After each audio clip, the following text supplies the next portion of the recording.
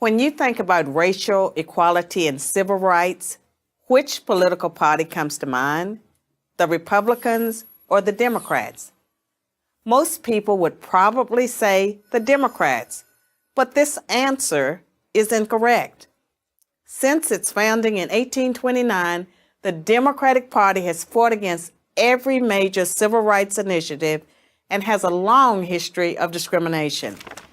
The Democratic Party defended slavery, started the Civil War, opposed Reconstruction, founded the Ku Klux Klan, imposed segregation, perpetrated lynchings, and fought against the Civil Rights Acts of the 1950s and 1960s.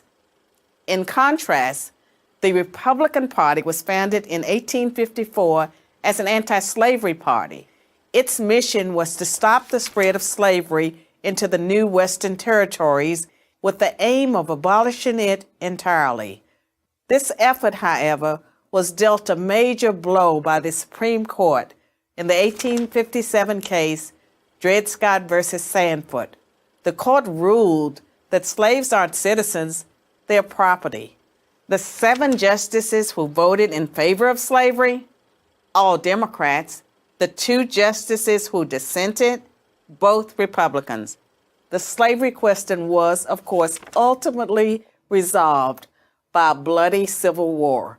The commander-in-chief during that war was the first Republican president, Abraham Lincoln, the man who freed the slaves. 6 days after the Confederate Army surrendered, John Wilkes Booth, a Democrat, assassinated President Lincoln. Lincoln's vice president, a Democrat named Andrew Johnson, assumed the presidency. But Johnson adamantly opposed Lincoln's plan to integrate the newly freed slaves into the South's economic and social order. Johnson and the Democratic Party were unified in their opposition to the 13th Amendment, which abolished slavery, the 14th Amendment, which gave blacks citizenship, and the 15th Amendment, which gave blacks the vote. All 3 passed only because of universal Republican support. During the era of Reconstruction, federal troops stationed in the South helped secure rights for the newly freed slaves. Hundreds of black men were elected to Southern state legislatures as Republicans, and 22 black Republicans served in the U.S. Congress by 1900. The Democrats did not elect a black man to Congress until 1935. But after Reconstruction ended, when the federal troops went home, Democrats roared back into power in the South. They quickly reestablished white supremacy across the region with measures like black codes, laws that restricted the ability of blacks to own property and run businesses, and they imposed poll taxes and literacy tests used to subvert black citizens' right to vote. And how was all of this enforced? By terror, much of it instigated by the Ku Klux Klan, founded by a Democrat, Nathan Bedford Forrest.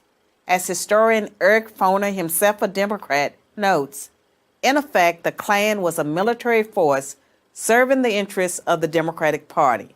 President Woodrow Wilson, a Democrat, shared many views with the Klan. He resegregated many federal agencies and even screened the first movie ever played at the White House, the racist film, The Birth of a Nation, originally entitled The Klansman.